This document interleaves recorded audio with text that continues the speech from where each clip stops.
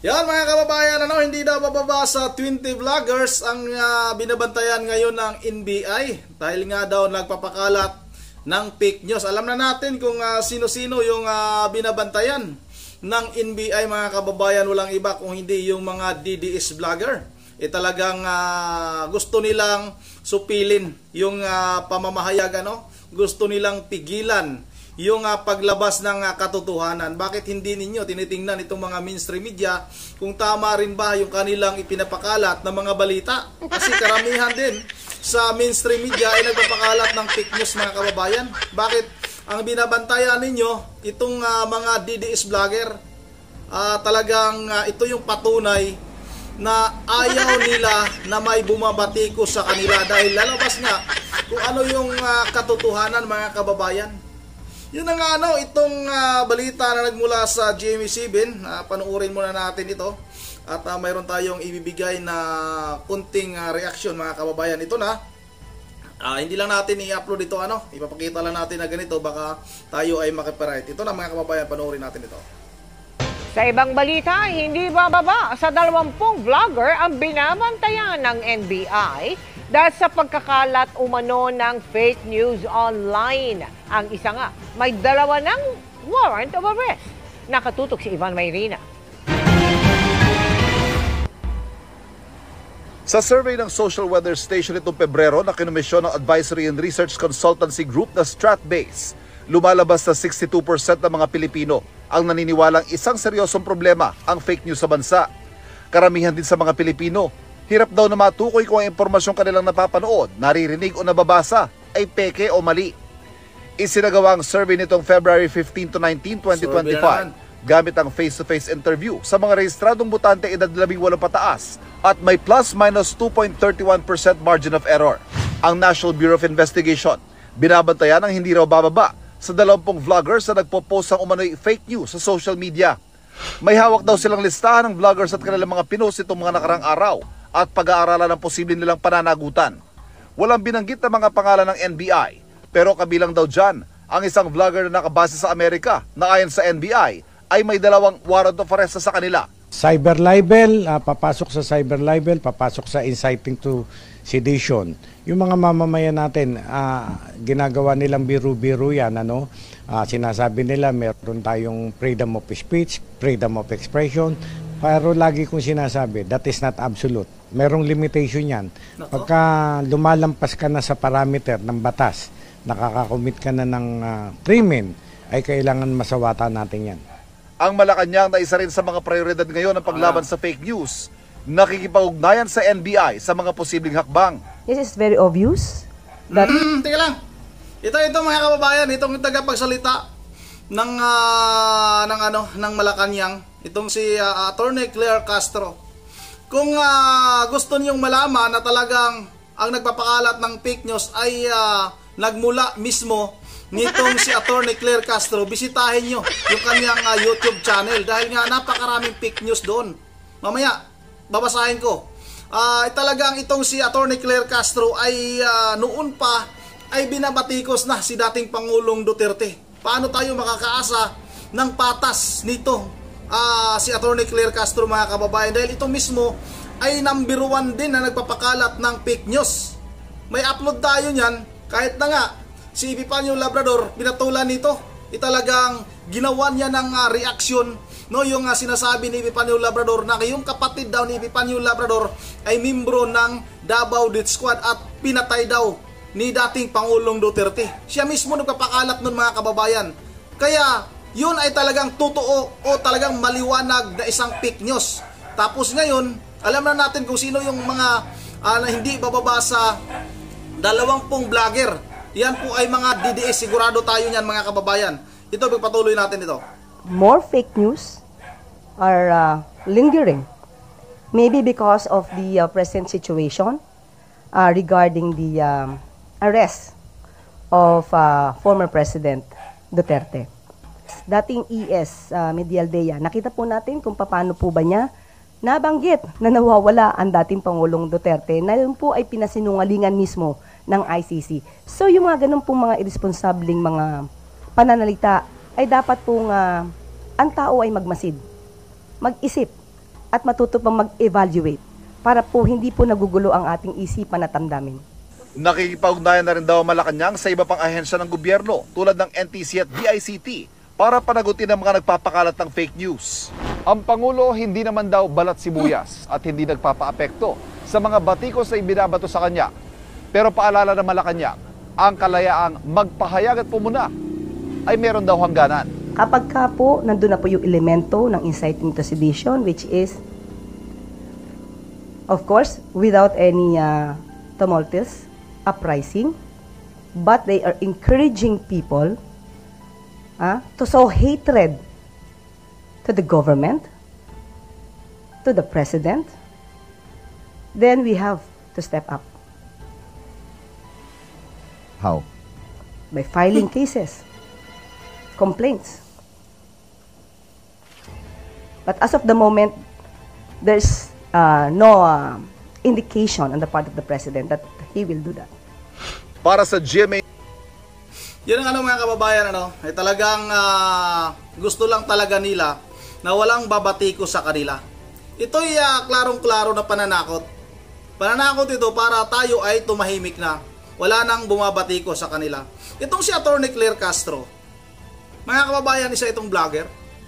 Hindi niya ba naiintindihan kung ano yung mga nilalabas natin sa ating mga social media account? Kasi siya mismo, mga kababayan, may mga babasahin lang ako dito. Titingnan ko lang yung mga post nitong si Attorney Claire Castro mula sa kanyang YouTube channel. Talagang makikita mo, nagalit na galit siya kay dating Pangulong Duterte at walang mga katotohanan yung kanyang mga binablog doon sa kanyang YouTube channel. Ito, mga kababayan, katulad na lang dito. Ito ito, news. Gerald Torre pinasok. Ito talang dito sa kabila. Gerald Torre pinasok ang QOGC compound. Magreklamo lang kayo sa korte. Ito pa. Sandigan Bayan bumaliktad, Senador Jinggoy pinawalang sala sa kasong bribery. Hindi yan. Mga iba yan. Ito. Ang mga sumasawsaw sa isyo ng QOGC alagad ng batas, alagad ni Kibuloy. Makikita mo dito, mga kababayan, na itong PCO Undersecretary ay talagang binabatikos na noon pa si dating Pangulong Duterte. Mga kaganapan sa Kingdom, dramang dala daw ng QOGC members. Mayor Baste hindi kumikilos. Yan, may mga daw para hindi siya talagang natutumbok na nagsisinungaling itong si Attorney Claire Castro. Ito, Kibuloy, no surrender pa rin gamit ang human shield. Nasaan ang konsensya ng appointed son? Yan mga ganyan mga vlog nito ni Attorney Claire Castro. Ito pa. Ito, mga BP Sara nagyabang, ipinapakita kung paano mag-utos. Ito, dahil sa eksena kaya busisihin ang Confi funds. Ito mga talagang, ito pa, nagpahiring ng walang alam sa batas. Senador Robin Padilla daw. Senador Robin Padilla nagsasayang ng oras. Walang alam sa batas tapos naging senador. Dapat ikaw yung naging senador. Kasi may alam ka sa batas. Ba't hindi ka tumakbo? Kasi alam mo hindi ka mananalo. Ito na naman Akong pulong House Bill on her political test for the president, etc. The fentanyl effect on former Pangulong Duterte, pulong sa tato revelation. Ano naman problema sa mga tato? Tita mo, pati yung iniinom na gamot ni Pangulong Duterte, na alam naman ng mga tao. Samantalang itong hair follicle test, itong drug test ni Pangulong Marcos, ayan yung hinihingi ng ating mga kababayan. Nagtatago. BP Sara Duterte hadlang daw siya sa ambisyon ng iba. Talagang lawyers ng ex-mayor Alice, ito wala yan. Mga Alice Guo yan. Dito, mga kababayan, sa kanyang YouTube channel, makikita mo na talagang binabatikos niya yung mga Duterte. Ito pa, mga Duterte mismo nasa pool. Ayan Tapos asset ni Kibuloy, ni QOGC, produkto ng krimen, naka-freeze na. Tingnan mo, produkto ng krimen. May ebidensya ba siya na yung mga ari-arian ni Pastor Kibuloy ay produkto ng krimen? Tapos siya, inaano niya sa kanyang YouTube channel. Mayroon pa dito ito, sana ba yun Dahil lang kay Kibuloy, PNP at NBI nagkagirian.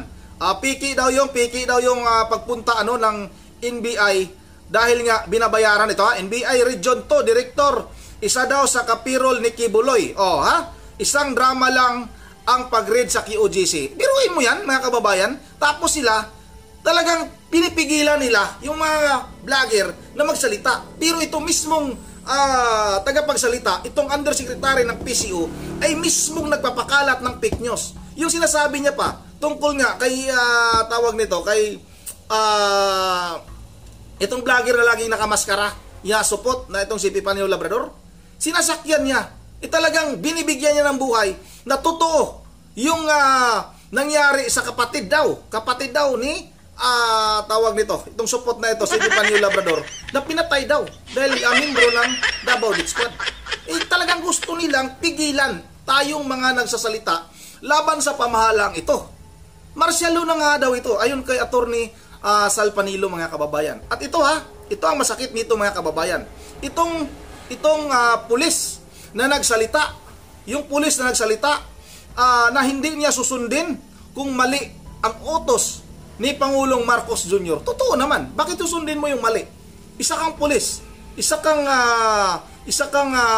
alagad ng batas. Tapos pag mali susundin mo. Ito yung sinampang kaso, mga kababayan, basahin lang natin mula sa News 5. Sinampahan na ng Quezon City Police District ng kasong inciting to sedition si Patrolman Francis Steve Puntillas dahil sa paglabag sa Article 142 ng Revised Penal Code na may kaugnayan sa Republic Act number 101-75 o Cybercrime Prevention Act. Mga kababayan, kinasuhan na nila dahil nagsalita itong matapang na pulis.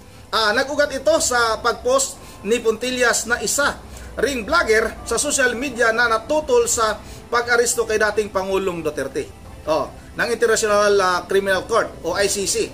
Taga-suporta siya ni Duterte. Agad-agad sinasabi nila, taga-suporta siya ni dating Pangulong Duterte. Kung halimbawa, mga kababayan, tutol ka sa ginagawa nila, ganito ang mangyayari sa iyo. Wala na bang karapatan? Ito pa, mga kababayan. PNP, Philippine National Police officers shall be remain political and non-partisan all times, and we must refrain from posting unauthorized and biased contents in social media and other communication platforms, said ng QCPD sa Facebook ngayong Lunes, March 17. Pero mga kababayan, non-partisan, non-political. Pero mga kababayan, itong si General Torre, ano ba ang tingin ninyo sa taong ito? Ano ba? Ano ba ito? Non-partisan ba ito? Itong si General Torre? Itong si General Fajardo. Anong tingin ninyo? Wala bang pinapanigan ito? Wala bang politiko na pinapanigan ito? Masyado naman yata kayong apektado.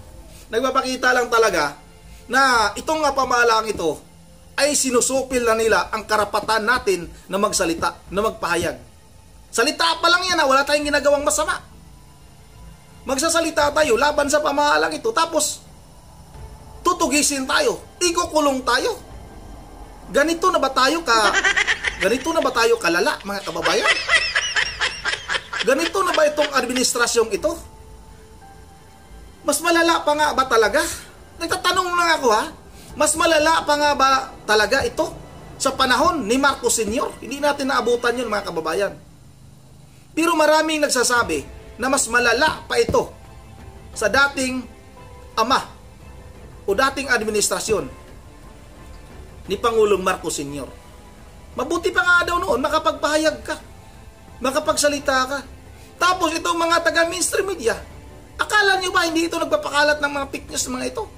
Katulad na lang in-upload natin kahapon, yung post ng ABS-CBN, na itong si Al Moralde, na isang Bisayang vlogger, ay nandun kasama sa mga napatay ng war on drugs. Samantalang buhay na buhay siya. Pumalag, mga kababayan. Dapat yan ang unahin ninyo. Tapos isa pa, itong ating Pangulo, hindi ba ito nagpapakalat ng maling impormasyon? Hindi ba ito sinungaling? Di ba nangako siya noon na walang impeachment laban kay Vice President Sara Duterte? Hindi niya papayagan. excuse me mga kababayan, tinapos niya lang yung rally for peace ng Iglesia ni Cristo, tapos ganon, kumilos na kagad itong kanyang mga alagad. Itong pag-aresto kay dating Pangulong Duterte ng ICC, ilang beses niya ba sinabi na hindi niya papayagan itong ICC na pumasok sa ating bansa dahil walang karapatan, dahil gumana naman yung ating mga korte dito sa ating bansa? Anong ginawa niya? At mismo sila Senator Bato de la Rosa mismo nagkausap harap-harapan. At sinabi nito na kahit isang buhok, walang buhok si Senator Bato de la Rosa, kahit isang buhok ay hindi natin isusuko sa ICC dahil wala silang karapatan. O anong nangyari ngayon? O hindi ba fake news yan? Grabe naman kayo. Attorney Claire Castro, ayusin mo muna yung mga thumbnail mo sa yung YouTube channel bago ka magmalinis. Bago ka magsalita. Wala na ba tayong karapatan? Alam mo naman, vlogger, ano ang paraan? Ano ang paraan sa paggawa ng thumbnail? Alam mo naman yan, Attorney Claire Castro. Huwag ka magbulag-bulagan. Ito mga kababayan, ito yung sinabi ng isang pulis, kaya kinasuhan ito. Tingnan nyo, kayo na yung bahalang umusga kung ito ba ay dapat tawag nito mga kababayan, dapat kasuhan, dapat tanggalin sa serbisyo. Ito, panoorin natin ito. Nyo, kahit presidente ka pa ng Pilipinas, kung mali yung utos mo sa akin, hindi kita susundin. Sino ka ba para sundin ko, di ba? O may tama daw ako May tama ka, sir. Kahit pa papanood to ni Bongbong Marcos, ni Sir Bongbong Marcos, Sir President, pakinggan mo tong sasabihin ko, sir. Isa akong pulis ng Pilipinas, pero hindi ako sang-ayon sa ginagawa mo, sir. Di ba? Hindi ako sang-ayon sa'yo. Kahit ano pang sabihin mo, sir, hindi ako susunod sa'yo. Kasi hindi mo naman ako pulis eh. Bakit pulis mo ba ako? Pinapasahuran mo ba ako, sir? Hindi. Di ba tama naman? Tama naman yung sinabi niya. Bakit niya susundin kung mali ang iuutos ni Pangulong Marcos? Pulis nga siya, pero hindi siya pulis ng isang presidente, mga kababayan. Dapat yan tama. Pero yan pa yung kinakasuhan. Yan pa yung tinanggal. Samantalang itong mga matataas nating opisyal sa ating Philippine National Police ay klarong-klaro, katulad itong si General Torre, na may pinapanigan. Talagang nagpapakita. Ay may mga nababasa nga tayong komento. Di ko ito hindi walang pang konfirmasyon ito Hindi pa ito totoo. Ito, isasabihin lang natin na nabayaran daw itong si General Torre sa pag-aresto kaya dating Pangulong Duterte. Kung totoo ba yan, hindi ko alam yan. Basta may nabasa tayo dyan sa ating, mula sa ating YouTube channel. 300 million daw. Kung totoo yan wala akong sinabing totoo yan. Nagtatanong lang ako kung may katotohanan ba yan. Tama din naman. Hindi siya pinapasahuran ng Pangulo. Ang nagpapasahod nito ay ang taong bayan. Mula sa ating tax. Kahit isang pirasong kindi, mga kababayan, yung kinakain natin na isang pirasong kindi, may tax na yan kasama. Kaya lahat tayo mga Pilipino, may karapatan tayo magsalita pag may makita tayong mga mali sa ating pamahalaan. Talaga namang gusto talaga nilang supilin yung pamamahayag. Yun ang siguro hanggang dito na lang muna at medyo mahaba na yung ating video. Panawagan ko pala bukas ng alas 4 ng hapon mayroong gagawing karaban dito sa aming probinsya sa Bohol, nagmula sa Ubay. To mga kababayan baka marami na ito kasi nga parang makita-kita na ito sa gitna ng Bohol sa Carmen banda. Doon kami magtagpo-tagpo. Sa lahat ng gustong sumama, sa lahat ng mga taga-Bohol, kung may mga subscriber tayong taga-Bohol, pwede kayong sumama bilang suporta kay dating Pangulong Duterte. Yun hanggang dito lang muna. At bago tayo magtatapos ay mag-shoutout lang muna tayo. Shoutout tayo kay Ma'am Joyce ng Japan. Shoutout kay di na lang tayo magbabasa ng mga komento. Shoutout kay Rumi Masaglang, shout out kay Saldi Ramirez. Kumusta na daw si Epifanio Labrador? Hindi ko pa nabisita yung kanyang YouTube channel. Babanata natin ulit yan. Alam ko naman na talagang nagpapakalat ng fake news yan. Yan dapat ang number 1 nilang tutugisin. O yung ano pala, may napanood tayo, may nabasa tayo na tumutulig sa Iglesia ni Cristo, patay mga kababayan noong isang araw. Kailan kaya? Wag naman sana, hindi naman tayo nananalangin na may mapatay tayong mga kababayang Pilipino. Pero kailan kaya itong si Epifanio Labrador makita natin na nakakulong? Wag naman sanang patay. Gusto nating makulong yan. Shout out na rin kay Ma'am Berge Berel Di Diyos ng Pulilan, Bulacan, kay Ma'am Edie Saborbi, sana lahat ng mga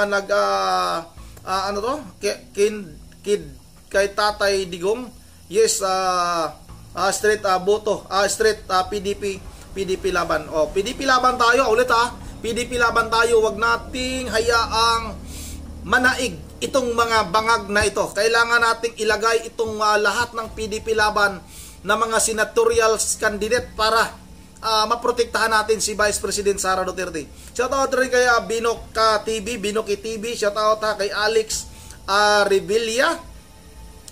Shoutout saan tayo maniniwala? Wag tayo maniniwala kay Marculita. Saan kanino tayo maniniwala? Kay Bong Revilla? Shoutout rin kay Jose Chansis. Dapat i-demote daw itong si Torre ng limang ranggo. Alin Bilyasan, shout out Ma'am Joyce ng Japan, shout out Ma'am Joyce ng Japan, shout out kay Joseph Tulmo at kay Marley David at kay Lala Defender. Yun ang dito na lang muna. Once again, this is Ron. Sami Trabahada cover ng Boracay, shout out din sa iyo, idol. Once again, this is Ron TV mo. Ingat tayong lahat. God save the Philippines.